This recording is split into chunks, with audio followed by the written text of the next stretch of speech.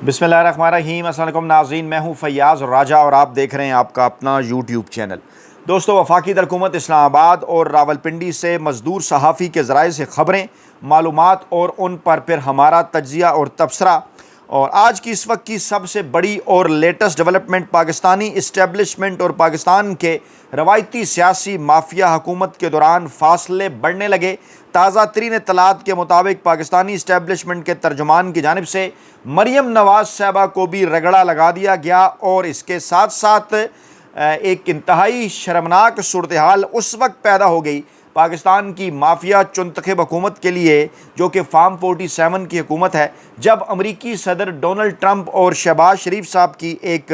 Video सामने आई। पहले तस्वीर सामने आई, फिर वीडियो सामने आई और इसको सोशल मीडिया के ऊपर 6-9 वीडियो करार दिया जा रहा है। ये शर्मनाक सूरत हाल क्यों कर पैदा हुई, इसके बाद वहाँ पर क्या सूरत हाल है शहबाज शरीफ साहब की, जो कि अमेरिका के दौरे पर हैं। असल में उन्होंने वहाँ पर UN इजलास के अंदर शिरकत करनी थी, साइड लाइन के अंदर वो कोशिश कर रहे थे ट्रंप के साथ मुलाकात की, वहाँ पर ऐसी सूरत हाल बन गई। इसके साथ साथ पाकिस्तानी इस्टेब्लिशमेंट की जानिब से नवाज शरीफ साहब को और उसके साथ साथ इंजीनियर मिर्ज़ा साहब को एक शटअप कॉल मौसूल हुई है और वो कहते हैं ना कि जनाब, जिसने इमरान खान को सताया उसने फिर रक्षा ही चलाया। कुछ ऐसी ही सूरत हाल इंजीनियर मोहम्मद अली मिर्ज़ा साहब के साथ पेश आई। आपको याद होगा कि कभी किसी वक्त वो इमरान खान साहब को बड़ा फॉलो किया करते थे, इमरान खान साहब को जनाब उनकी बड़ी तारीफ़ किया करते थे, लेकिन उसके बाद फिर उन्हें खुफिया और ताकतवर हलकों की जानिब से इशारा हुआ अप्रैल 2022 में इमरान खान साहब की हुकूमत गिराए जाने के बाद, और उसके बाद फिर वही कुछ करने लगे जिस जो है वो जो हरकत मुख्तलिफ इशारों के ऊपर और कहीं मुख्तलिफ बड़े एंकर, वेले कलम नगार और मुलाजम साफ़ी कर रहे हैं। इसी तरह से जनाब पीपल्स पार्टी की जानिब से भी मुस्लिम लीग नवाज़ को आईना दिखा दिया गया और मुस्लिम लीग नवाज़ को ये कह दिया गया जनाब कि हमें तो ऑफ़र की गई थी पाकिस्तान के ताकतवर हलकों की जानिब से कि आप पहले 2.5 बरस के लिए वज़ीर-ए-आज़म बन जाएँ, लेकिन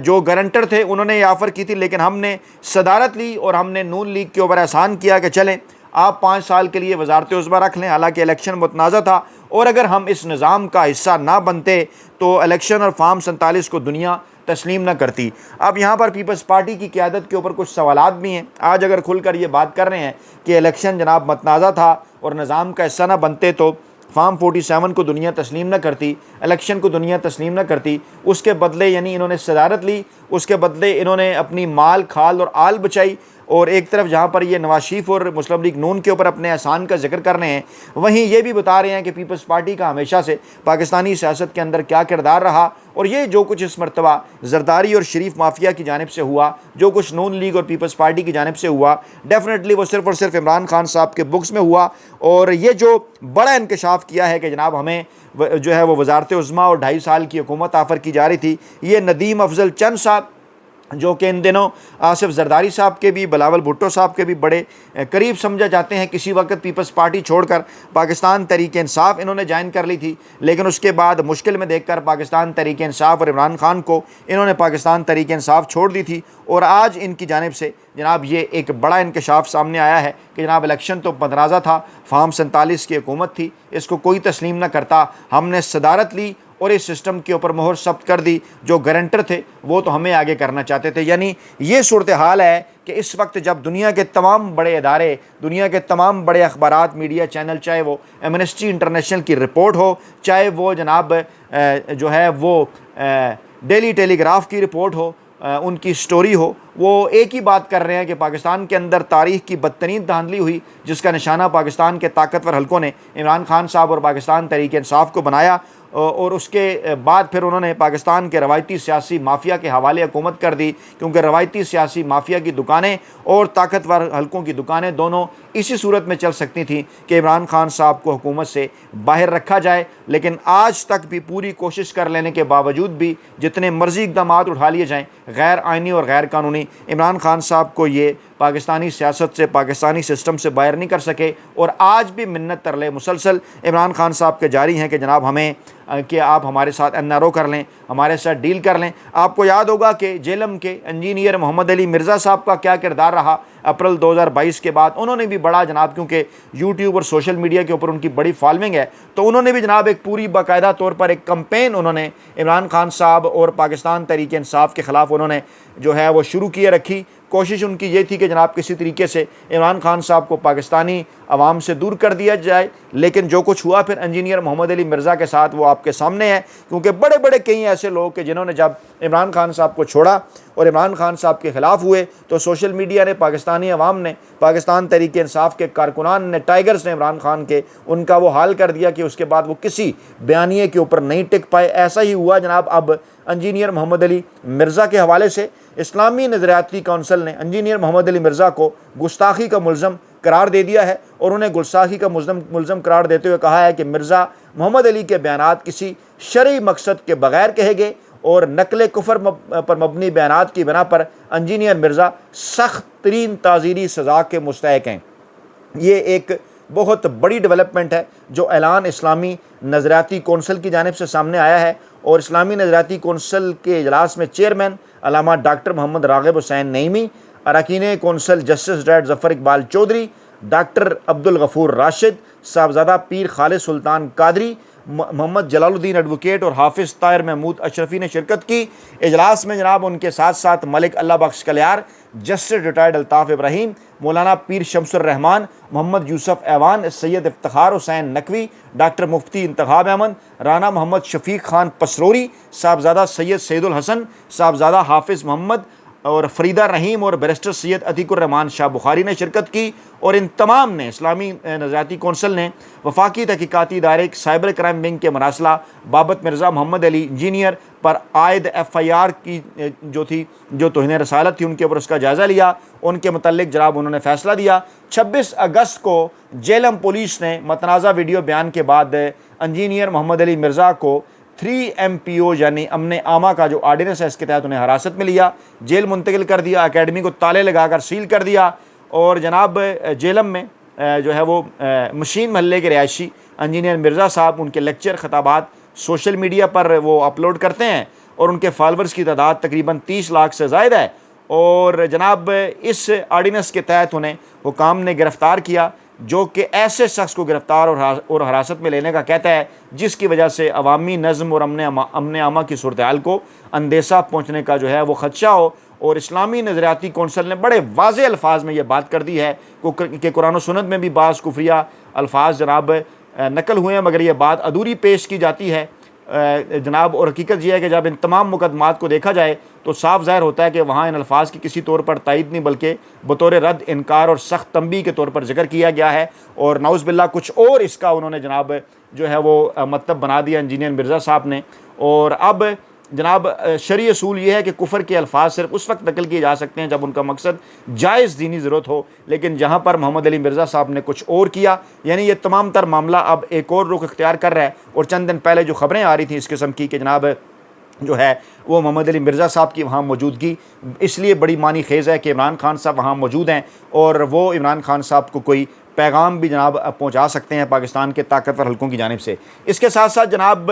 फैसल वावड़ा जो कि हमेशा से पाकिस्तानी इस्टेब्लिशमेंट के तर्जुमान समझे जाते हैं जनाब, उनकी जानिब से भी एक बड़ा हैरान कुन, बड़ा मानी खेज़ बयान जो है वो मरियम नवाज़ साहबा के हवाले से सामने आया है। और उन्होंने कहा है कि सुना है FBR टिकटॉकर से टैक्स लेने की तैयारी कर रहा है, तो पहले आप जनाब ये मामला पंजाब से शुरू करें। ये जनाब फैसल वावड़ा साहब ने डेफिनेटली मरियम नवाज़ साहबा की तरफ इशारा किया और सबको इस बात का पता है कि पंजाब में टिकटॉकर जो है वो किसे कहा जाता है और पंजाब की टिकटॉकर किसे कहा जाता है। और सैलाब के बाद जिस किस्म की सूरत हाल है वो वहाँ आप देख रहे हैं कि मरियम नवाज़ हुकूमत सिवाय टिकटॉक बनाने की कुछ नहीं कर रही। तो सेनेटर फैसल वावड़ा साहब ने भी इसी कॉन्टेक्स्ट के अंदर ये कहा कि सुना है FBR टिकटॉकर से टैक्स लेने की तैयारी कर रहा है। अगर टिकटॉकर से रिकवरी करनी है तो सबसे पहले पंजाब से शुरू करें। और बड़ा उन्होंने वाज़े तौर पर उन्होंने ये इशारा किया मरियम नवाज़ साहबा की जानिब,